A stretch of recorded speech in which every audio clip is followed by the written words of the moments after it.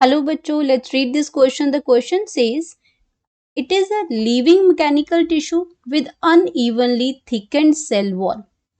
Identify the incorrect statement regarding it. अब हमें क्या करना है कि लिविंग या किसी एक टिश्यू की बात हो रही है जो एक लिविंग मैकेनिकल टिश्यू है which unevenly thicken cell wall present होती है, यानी कि पूरी तरह से थिकन नहीं होता, कहीं कहीं पे थिकनेस प्रेजेंट होती है. एंड आइडेंटिफाई, उसमें हमें बताना है अब कि उस पहले तो उस टिश्यू को आइडेंटिफाई करना और फिर उसके रिगार्डिंग इनकरेक्ट स्टेटमेंट बतानी है जो हमें गिवन स्टेटमेंट्स दे रखी हैं. तो यहाँ पे हम बात करते हैं सबसे पहले तो टिश्यूज के पहले तो स्टेटमेंट्स देख लेते हैं. तो स्टेटमेंट्स में दे रखा है कि this tissue has high refractive index. B है one of its type is present in the stem of Tagetes and tomatoes. C है it provides both mechanical strength and flexibility to the plant parts where it is present.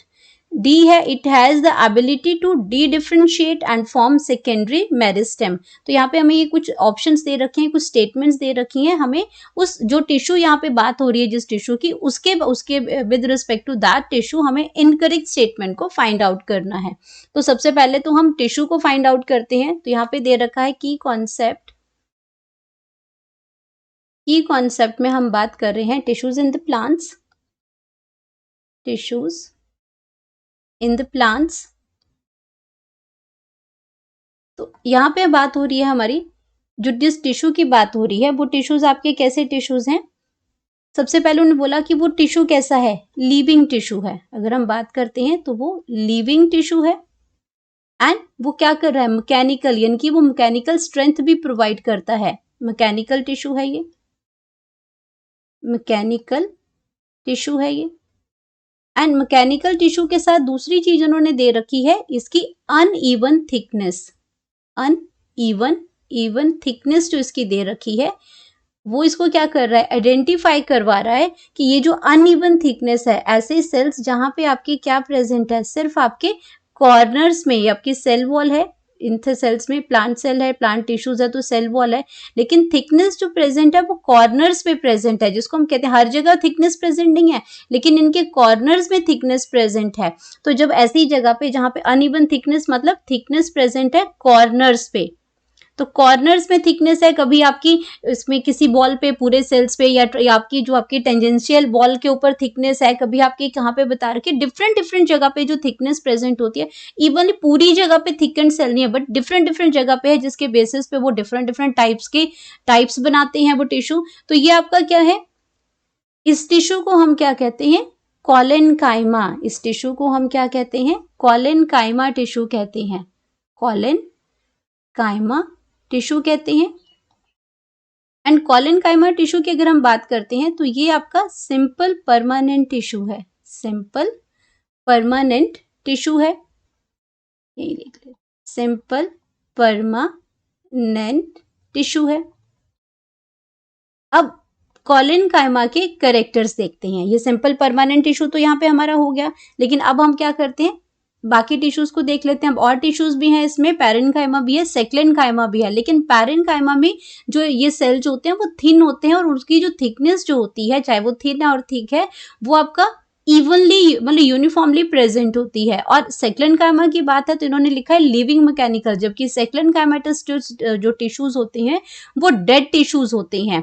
तो यहाँ पे वो option तो बिल्कुल ही खत्म हो जाएगी, 2 बचते थे, लेकिन थिकनेस के बेस पे हमने इसको आइडेंटिफाई कर लिया. अनइवन थिकनेस की जब इन्होंने बात की तो ये हमारा जो टिश्यू है ये कॉलेनकाइमा है. अब इनके कॉलेनकाइमा के रिगार्डिंग पे हम इन स्टेटमेंट्स को चेक करते हैं. तो पहली स्टेटमेंट जो है हमारी, वो पहली स्टेटमेंट दे रखी है ए में कि this tissues has high refractive index है. तो ये जो कॉलेनकाइमा टिश्यूज है उसमें हाई रिफ्रैक्टिव इंडेक्स होता है, ये बिल्कुल सही स्टेटमेंट है. तो अगर हम बात करते हैं इसमें हाई रिफ्रैक्टिव इंडेक्स की, तो ये जो इसकी जो थिकनेस है उसकी वजह से इसके अंदर क्या है, due to the thickness, due to thickness. क्योंकि अगर हम ये भी लिखें कि जो इसकी थिकनेस है ये क्यों है, ये आपके पैकेटिन की वजह से है. इसके अंदर क्या प्रेजेंट है, पैकेटिन प्रेजेंट है, सेल्यूलोज प्रेजेंट है, सेल्यूलोज प्रेजेंट है, हेमी सेल्यूलोज प्रेजेंट है, हेमी सेल्यूलोज भी प्रेजेंट है. तो इनकी वजह से ही, थिकनेस की वजह से इसका ड्यू टू दिस थिकनेस और थिकनेस क्यों? ड्यू टू पैकेटिन, पैकेटिन की वजह से जो थिकनेस प्रेजेंट है उसकी वजह से हम कह सकते हैं कि इसका क्या है? हाई रिफ्रैक्टिव इंडेक्स है। हाई रिफ्रैक्टिव, अगर इसकी बात करते हैं तो हाई रिफ्रैक्टिव इंडेक्स है। अब हाई रिफ्रैक्टिव इंडेक्स की अगर मैं बात करती हूं तो हाई रिफ्रैक्टिव इंडेक्स का मतलब क्या होता है कि लाइट इसमें से क्या होगी? पास तो होगी, लाइट इजीली पास हो जाएगी। इसको हम कह सकते हैं कि लाइट passes easily, लाइट अंदर तो चली जाएगी इजिली बट स्लोली। क्या होती है? Easy, passed easily but slowly. Slowly वो क्या करेगी? लाइट जाएगी, तो इसका हाई रिफ्रैक्टिव इंडेक्स है। अगर रिफ्रैक्टिव इंडेक्स की अगर हम बात करते हैं तो रिफ्रैक्टिव इंडेक्स एक्चुअल में होता क्या है? Refractive index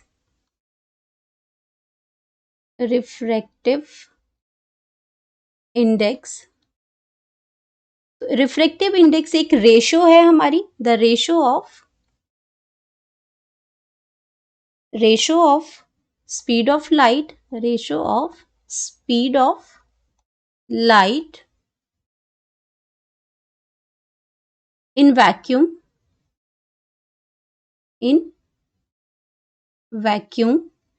to that in the second medium।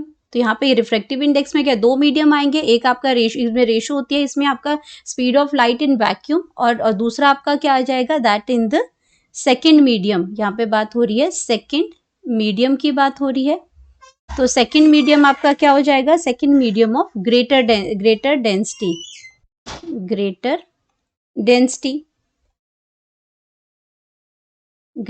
Density.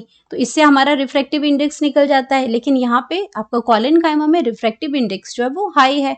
अब हम बात करते हैं सेकेंड ऑप्शन की। तो सेकेंड ऑप्शन में इसमें क्या दे रखा है कि one of its type is present in the stem of Tagetes, इसमें एंड टोमेटोज के अंदर प्रेजेंट होता है। तो कोलेनकाइमा में थिकनेस की वजह से ही डिफरेंट टाइप्स ऑफ कोलेनकाइमा बनते हैं। इसमें एंगुलर है, लैकुना है, उसमें अनदर टाइप ऑफ इसमें कोलेनकाइमास प्रेजेंट होते हैं due to their types of thickness कहाँ प्रेजेंट है सेल्स के ऊपर। तो यहाँ पे क्या है कि वन ऑफ इट्स टाइप जो प्रेजेंट है टेजियट्स और टोमेटो में भी। तो टेजियट्स में तो एंगुलर कोलेनकाइमा प्रेजेंट होता है, पर टोमेटो में नहीं होता है, तो इसलिए ये ऑप्शन आपकी क्या हो जाएगी? रॉन्ग हो जाएगी। देन हम बात करते हैं इसकी सी की, it provides both mechanical strength and flexibility to the plant parts where it is present. तो कोलेनकाइमा का ये फीचर है कि कोलेनकाइमा क्या करता है? मैकेनिकल सपोर्ट प्रोवाइड करता है। कोलेनकाइमा जो है, क्योंकि इसकी जो थिकनेस है वो आपकी क्या है? अलग अलग जगह पे है, तो ये आपका क्या करता है? मैकेनिकल स्ट्रेंथ, ये आपको स्ट्रेंथ भी देता है, मैकेनिकल स्ट्रेंथ भी प्रोवाइड करता है, और साथ के साथ ये फ्लेक्सिबिलिटी या इलास्टिसिटी भी प्रोवाइड करता है। ये इसका एक फीचर है, इसकी थिकनेस की वजह से ही तो स्ट्रेंथ और फ्लेक्सिबिलिटी प्रोवाइड करता है। तो ये जो इसका ऑप्शन है वो क्या है?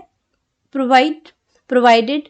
तो ये जो इसका ऑप्शन है वो बिल्कुल करेक्ट है कि आपका ये फ्लेक्सिबिलिटी भी प्रोवाइड करता है, स्ट्रेंथ भी प्रोवाइड करता है जहां पे ये प्रेजेंट होता है।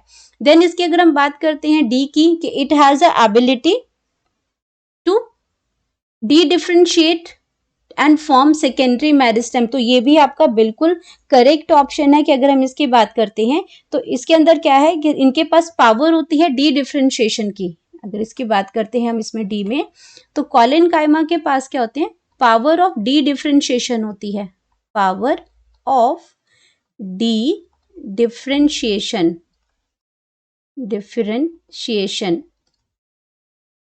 डिफरेंशिएशन की पावर होती है। अब क्या होता है? डी डिफरेंशिएशन का मतलब क्या होता है? डिफरेंशिएशन होता है मतलब सेल से जब हम कोई स्पेसिफिक स्ट्रक्चर बनाते हैं वो डिफरेंशिएशन हो जाता है। जैसे उसके पास क्या है, पहले उसमें क्या था? सेल्स पावर ऑफ डिवीजन थी, अब पावर ऑफ डिवीजन उन्होंने लॉस्ट की और उसके बाद वो आपके परमानेंट टिश्यूज बन गए। लेकिन उसके बाद अगर वो दोबारा से रीगेन करता है पावर को जो ऑलरेडी लॉस्ट हो चुकी थी, तो उसको हम डी डिफरेंशिएशन कहते हैं। तो आपका इसमें हम लिख सकते हैं इसका कि ये डी डिफरेंशिएशन करता है एंड ये आपका सेकेंडरी मेरिस्टेम बनाता है। Dedifferentiation, power of dedifferentiation हम यहाँ पे लिख सकते हैं कि लॉस्टेड पावर ऑफ जो डिवीजन थी, losted power of division losted power of जो डिवीजन थी इसकी, division can regain and the capacity of division under certain condition. लेकिन ये जो कैपेसिटी ऑफ जो डिवीजन इनके पास आई है ये कैसी आएगी, under certain conditions, under certain conditions. तो अगर मैं बात करती हूँ यहाँ पे कि इसके अंदर प्रेजेंट होती है, ये आपका जो पावर ऑफ डी डिफरेंशिएशन भी होता है and form secondary meristem, and form secondary meristem भी ये बनाते हैं। तो ये आपका जो ऑप्शन है वो बिल्कुल करेक्ट हो जाएगा। अगर इस ऑप्शन की भी बात करते हैं तो ये ऑप्शन भी आपका बिल्कुल ठीक है। तो हमें पूछा गया था इनकरेक्ट स्टेटमेंट का, तो इनकरेक्ट स्टेटमेंट हमारे पास यहाँ पे एक ही आती है, one of its type is present in the stems of Tagetes and tomatoes. एक ही टाइप उसके अंदर जो है वो दोनों के अंदर प्रेजेंट नहीं होती है। तो हम यहाँ पे लिख सकते हैं अपना correct option that is B, correct option that is B, जो कि हमारी इनकरेक्ट स्टेटमेंट है। Hope you understood it well. Best of luck.